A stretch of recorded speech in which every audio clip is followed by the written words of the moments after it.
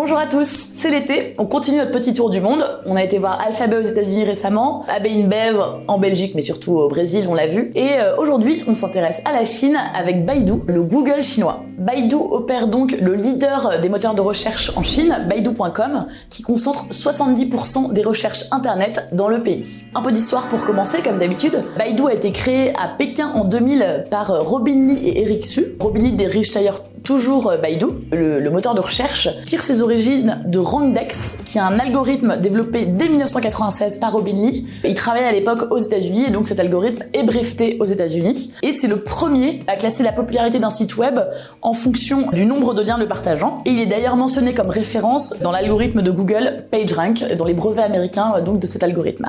Alors au départ, Baidu fonctionne en B2B, c'est-à-dire qu'il offre ses services de recherche à d'autres portails et le moteur de recherche indépendant Baidu.com, avec un design qui est très similaire à celui de Google qui a été lancé juste avant, est donc lancé en septembre 2001 et commence dès ses débuts à vendre des espaces publicitaires aux annonceurs et donc très vite Baidu devient rentable. Le groupe rentre en bourse à New York en 2005, devient en 2007 la première société chinoise à intégrer le Nasdaq 100 et depuis mars 2021, donc tout récemment, la société est également cotée à Hong Kong. Alors Baidu, que font-ils concrètement aujourd'hui? Alors bien sûr il y a le moteur de recherche historique Baidu Search, qui reste le numéro 1 en Chine, on l'a vu, avec 70% des requêtes qui passent par lui. Mais également, il y a d'autres grands portails généralistes créés par Baidu qui visent toujours à toucher le maximum d'utilisateurs. Alors, il y en a beaucoup.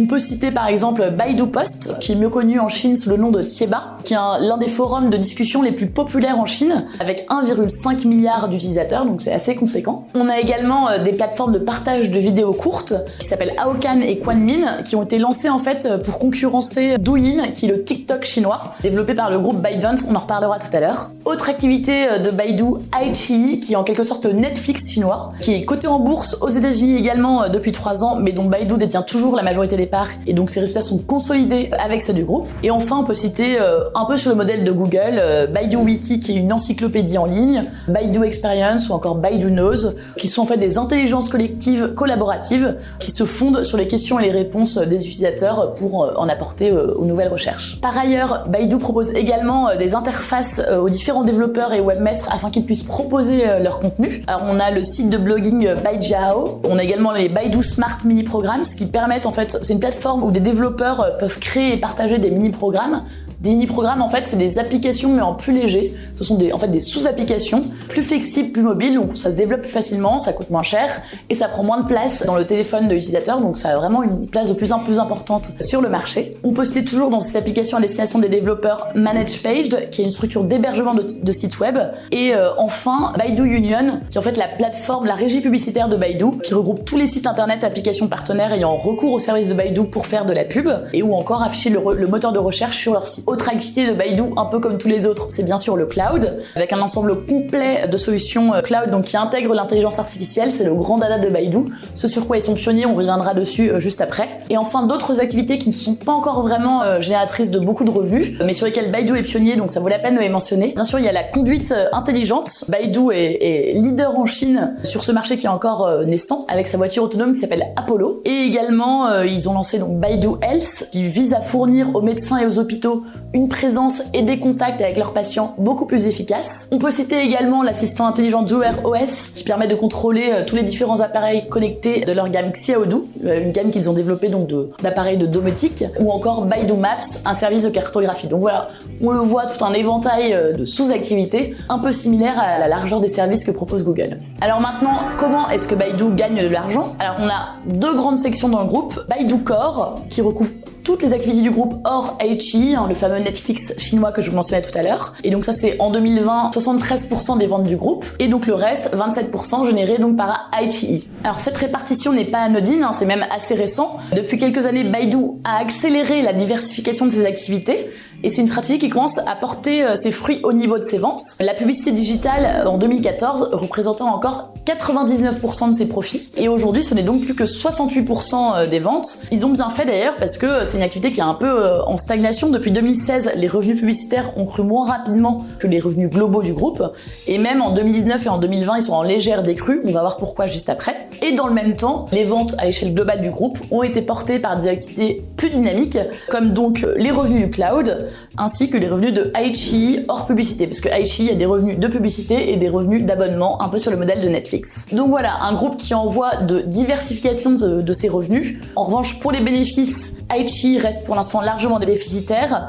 Et pour le cloud, les chiffres ne sont pas connus, mais globalement, les autres concurrents en dehors d'Amazon sur le cloud, que ce soit Alibaba ou encore Alphabet, sont encore déficitaires également sur le cloud. Donc voilà, les revenus, les bénéfices de Baidu sont issus toujours principalement de la publicité en ligne.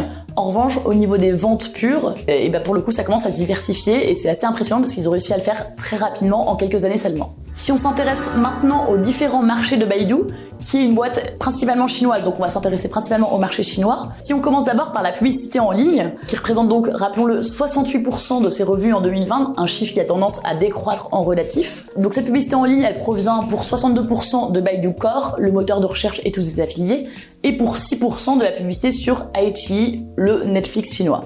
Ce marché de la publicité digitale est résilient, même pendant la crise, alors que le marché global de la publicité s'est contracté. C'est un marché qui a continué à croître, même si un peu plus longtemps que l'année précédente. Et cette résilience et cette croissance est particulièrement vraie en Chine. Le marché chinois croît plus vite que les autres.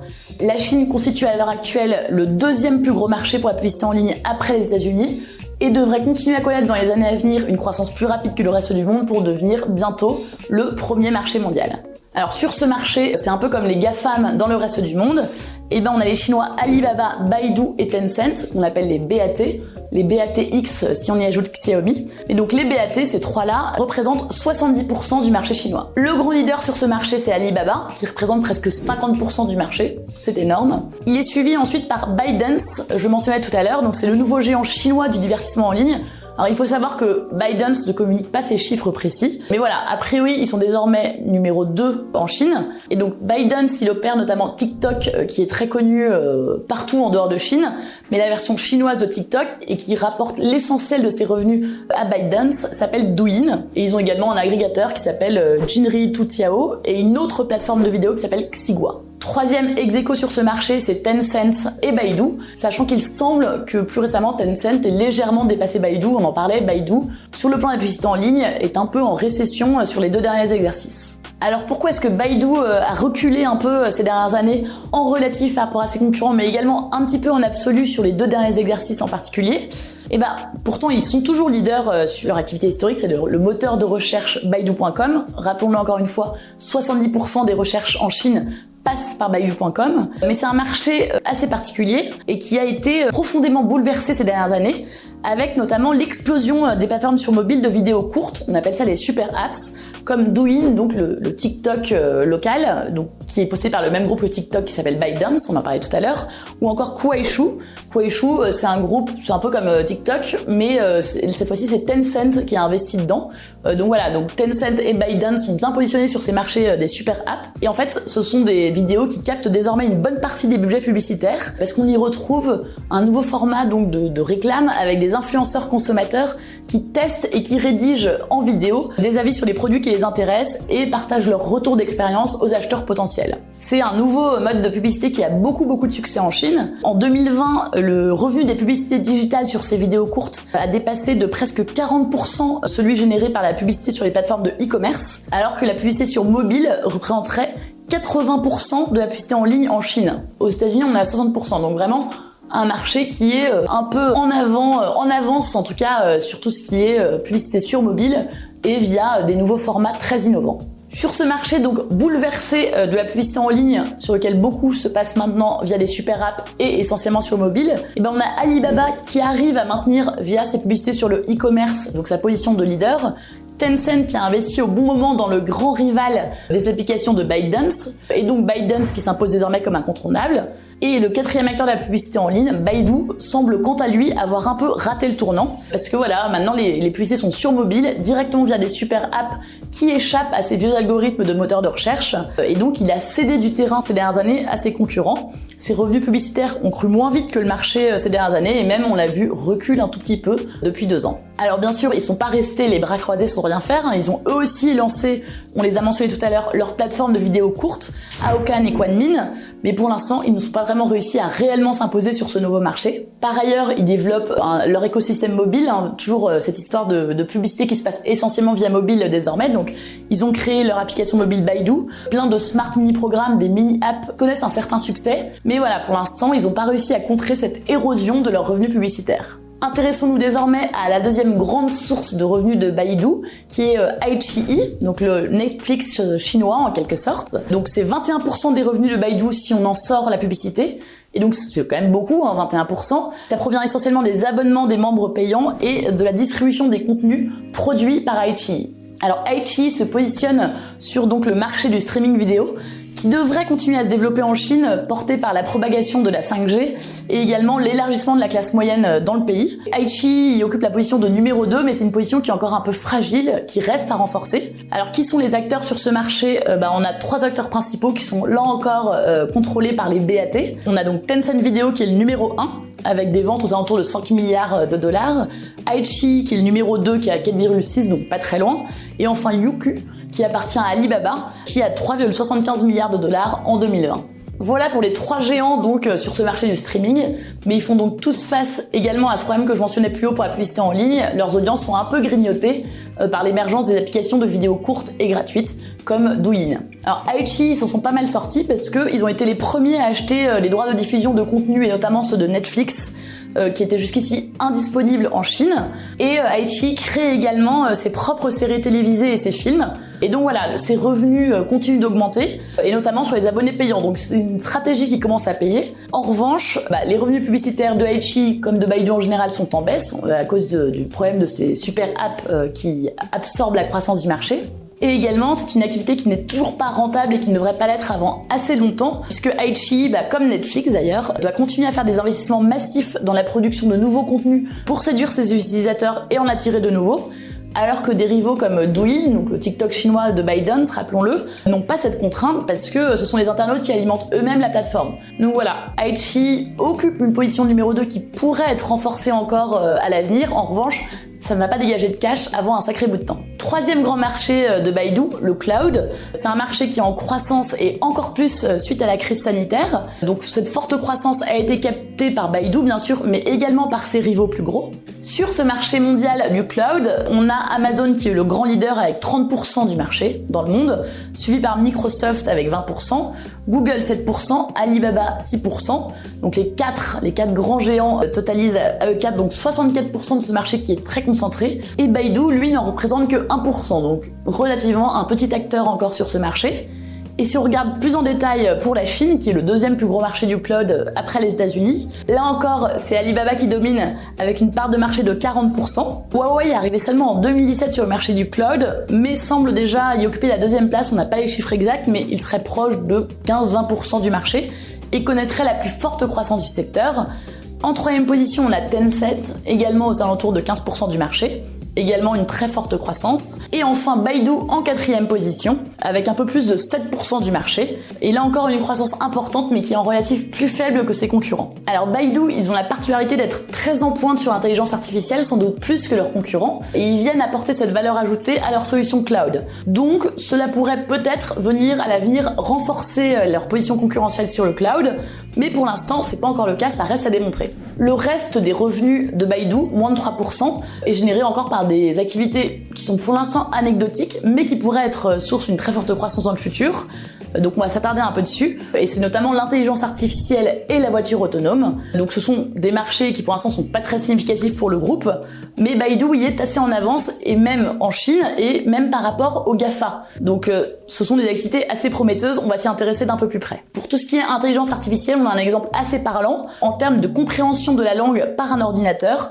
le modèle de Baidu, qui s'appelle Ernie, pas très chinois comme nom mais sympathique quand même, obtient des résultats meilleurs que ceux de Google et Microsoft, qui sont tout de même les grandes références en la matière. Pour ce qui est conduite autonome, Apollo a été la première voiture à recevoir une licence de conduite et en Chine et aux États-Unis, c'est assez impressionnant. Et sur le marché chinois, c'est le grand leader avec presque 200 licences de conduite autonome, et le numéro 2 sur le marché chinois en a seulement 20. Donc vraiment Apollo est très en avance dans ce domaine. Depuis fin 2019, à Pékin, à Changsha et à Guangzhou, on a un service de robotaxi autonome opéré par Baidu qui est déjà en activité. Donc voilà, c'est les voitures autonomes pour Baidu, c'est pas un mythe, hein, c'est déjà en train de rouler en Chine. Donc ils sont vraiment très en avance dans cette activité.